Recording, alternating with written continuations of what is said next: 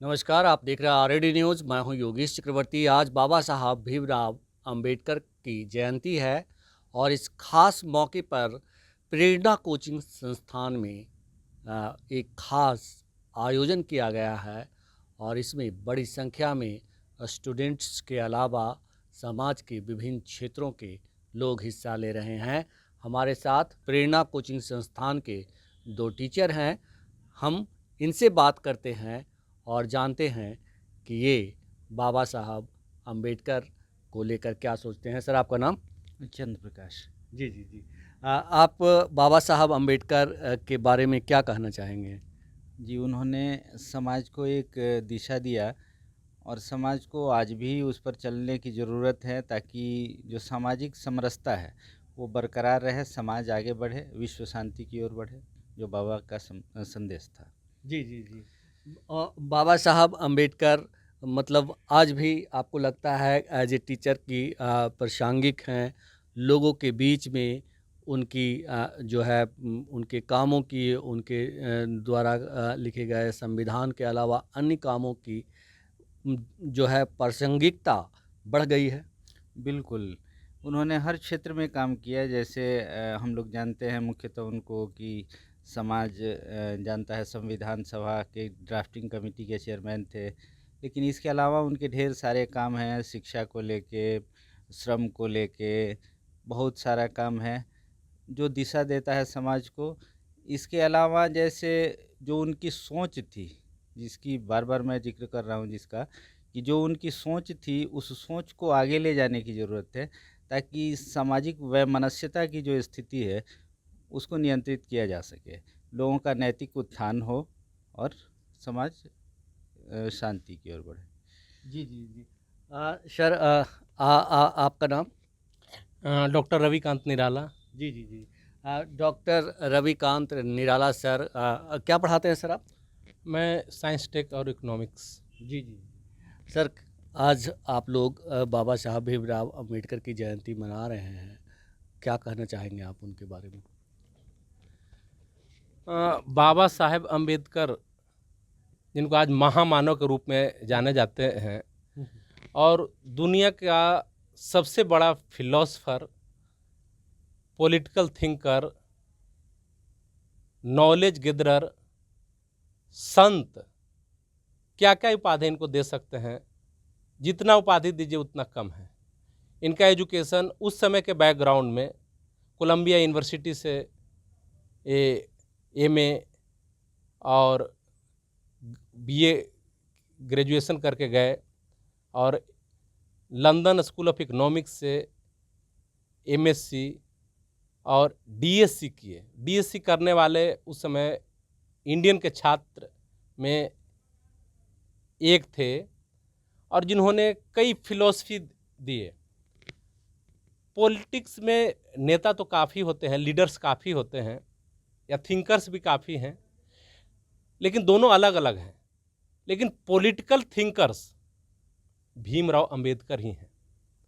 बहुत सा पॉलिटिशियन, नेहरू जी भी हुए, मनमोहन सिंह भी हुए, इकोनॉमिस्ट थे, आए गए, लेकिन थिंकर्स का कद हमेशा बढ़ते जाता है। जैसे जैसे सदी बीतती जाती है, जैसे जैसे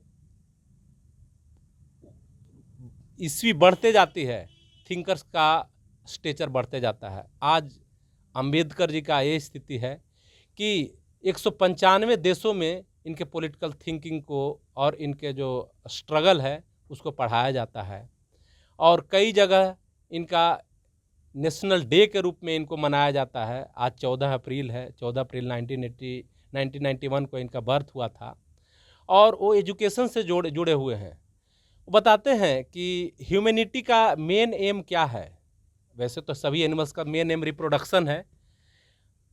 बताते हैं कि education is the only instrument और way through which we can change the society and we can give shape to the dignity of the individuals.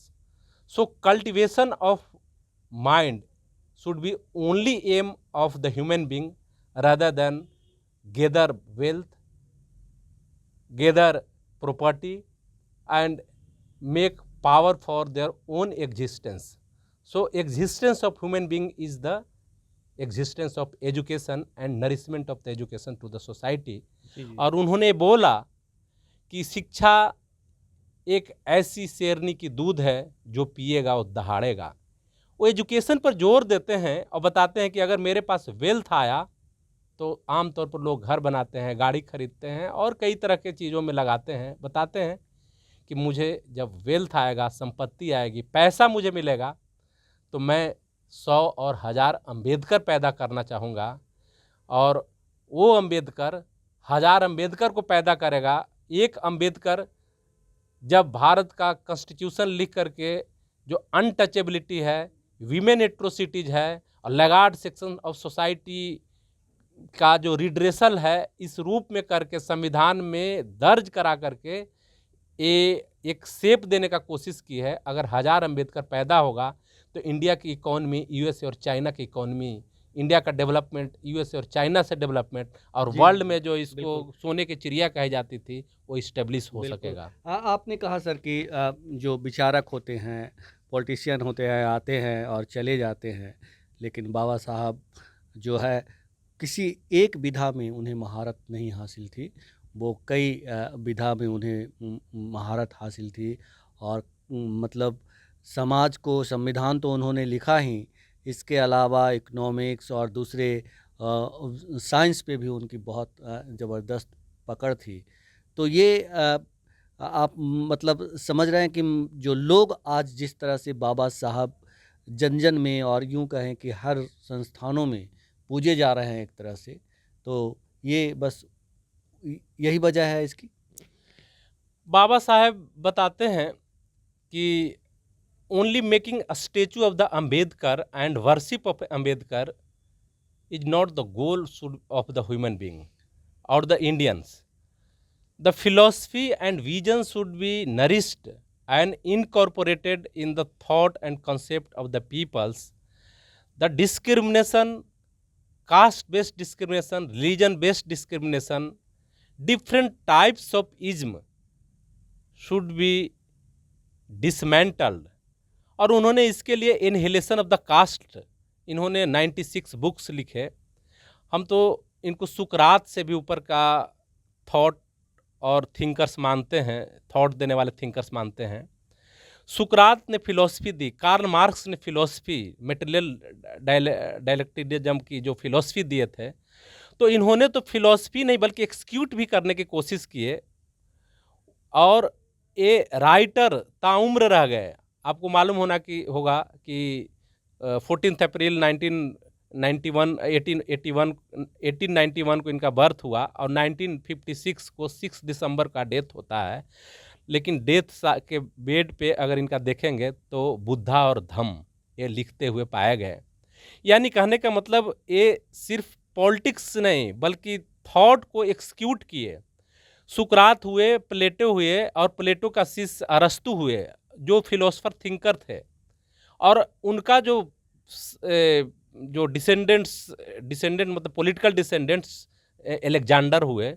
जी। हाँ, अलेक्जेंडर वार किए, फाउट किए, पूरा दुनिया को जीतने का स्वप्न रखते थे। तो यानी दो फेस था, एक थिंकर्स का फेस, एक एक्सक्यूटर का फेस। लेकिन बाबा साहब अम्बेडकर में फिलॉसफी भी थी, थॉट भी था, विजन भी था और एक्सक्यूशन भी किया। और मालूम होना चाहिए आप लोग को कि जो सिर्फ इनको दलित का नेता बोलते हैं, दलित का लीडर बोलते हैं, ये ह्यूमैनिटी का लीडर हैं। यही कारण है कि इन्होंने रिजाइन किस बेस पर दिया, किस लिए दिया था वो कांग्रेस पार्टी से रिजाइन। बहुत कम लोग को मालूम होगा कि ओबीसी रिजर्वेशंस के लिए दिए थे। Hindu marriage act, Hindu act पे इन्होंने रिजाइन दिया था। और वीमेन के लिए तो सबसे ज़्यादा ये तवज्जो दिए। 8 घंटा का वर्क था लेबरर्स के लिए, वो डिफाइंड किया। कई तरह की चीज़ें हैं जिसको कॉन्स्टिट्यूशन में इनकॉर्पोरेट करके एक्सक्यूट करने की कोशिश किए और अपने स्टैंड पे हमेशा उस समय जो निगेटिव फोर्सेस थे, उस जो डीप डिस्क्रिमिनेशन सोसाइटी में था, उस इन रूटेड डीप डिस्क्रिमिनेशन में भी अपने एग्जिस्टेंस के लिए ताउम्र फाइट करते रहे और कई आंदोलन करते रहे। यही कारण है कि आज इनका कद बढ़ते जा रहा है और कई देशों में इनको एक कार्ल मार्क्स से भी ऊपर का फिलोसफर माना जा रहा है। बिल्कुल। तो बाबा साहब अंबेडकर कोई नेता नहीं थे, सिर्फ संविधान के रचयिता नहीं थे, मानवता का रचयिता थे। मानव मूल्यों की रक्षा उन्होंने करने का सूत्र दिया। इसीलिए बाबा साहब आज जन जन में पूजनीय हैं और लोगों में उनकी जयंती मनाने की होड़ लगी हुई है। फिलहाल इतना ही। आप हमें फेसबुक पर फॉलो करें, यूट्यूब पर सब्सक्राइब करें, लाइक करें, शेयर करें और कमेंट्स कर अपना महत्वपूर्ण विचार और सुझाव जरूर दें। धन्यवाद।